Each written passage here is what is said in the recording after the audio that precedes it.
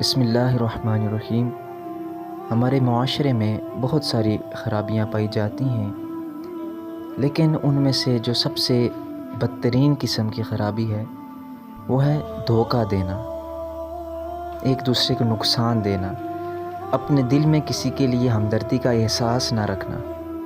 نبی پاک علیہ الصلوۃ والسلام فرماتے ہیں، حدیث پاک کا مفہوم ہے من غش فلیس منا، کہ جو دھوکہ دے، ملاوٹ کرے، وہ ہم میں سے نہیں ہے۔ یعنی وہ اس طریقے پر نہیں ہے جو ہم نے سکھایا، ہم نے بتلایا ہے، جس کی تعلیم ہم نے صحابہ کرام اس امت کو دی، وہ شخص اس راستے پر نہیں ہے۔ تو آج ہمیں اپنا جائزہ لینا چاہیے، ہمیں اپنے آپ کو دیکھنا چاہیے کہ کہیں ہم ان لوگوں میں سے تو نہیں ہیں جن کے متعلق نبی پاک علیہ الصلوۃ والسلام نے یہ فرمایا کہ وہ ہم میں سے نہیں ہے۔